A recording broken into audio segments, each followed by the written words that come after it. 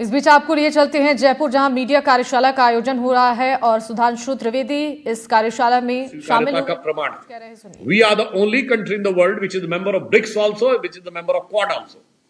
मगर मेरा मानना है इस कूटनीतिक दक्षता को शायद वो लोग नहीं समझ पाते जो कि विदेश में सबसे ज्यादा घूमते हैं और विदेश नीति की सबसे कम समझ रखते हैं।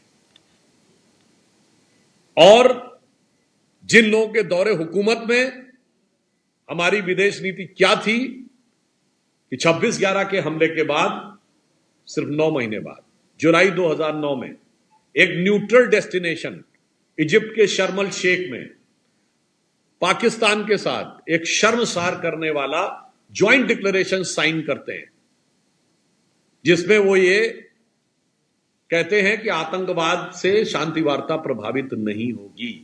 हमने स्पष्ट किया है आतंकवाद के साथ शांति वार्ता नहीं होगी।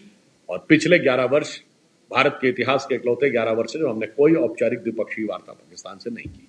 इसलिए मैं यह कहना चाहता हूं, आज की जो यह हमारी सफलता है यह हर भारतवासी के लिए एक गर्व का विषय है, हमारे सैनिकों के लिए और सैन्य बलों के लिए बहुत संतोष का विषय है, परंतु हमारे विघ्न संतोषी विपक्षियों के लिए निश्चित रूप से यह एक चिंता का विषय है। और जिसे वो सर्कस समझते थे, मुझे लगता है वो सर्कस में उनकी क्या भूमिका है यह कोई बेहतर समझ सकता है।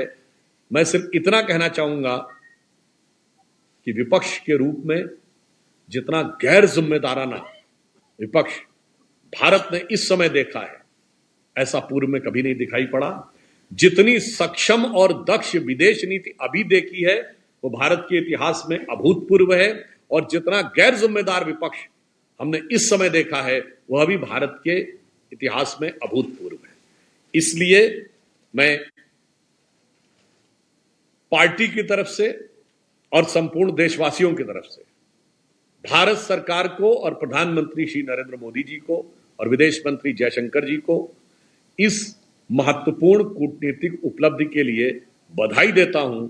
और मैं कांग्रेस पार्टी से स्पष्ट रूप से पूछना चाहता हूं कि अंतर्राष्ट्रीय आतंकवादियों के आगे शांति के कबूतर उड़ाने वाले और साष्टांग दंडवत करने वाले लोग अब ये बताएं कि उनके दिमाग का सर्किट इसे सर्कस कह रहा है या एक शानदार उपलब्धि कह रहा है। धन्यवाद।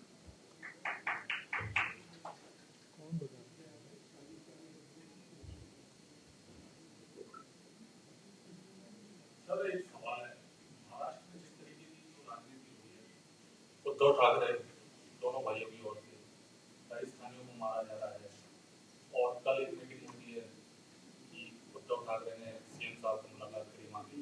इस तरीके से देखते हैं क्या उद्धव ठाकरे क्या पार्टी में आ रहे हैं या कुछ और बात? देखिए, जहां तक भारतीय जनता पार्टी का प्रश्न है, भाजपा और एनडीए को महाराष्ट्र की जनता ने जो अभूतपूर्व और ऐतिहासिक जनादेश दिया है, इसके बाद निश्चित रूप से तथाकथित इंडी गठबंधन हताशा और निराशा में था।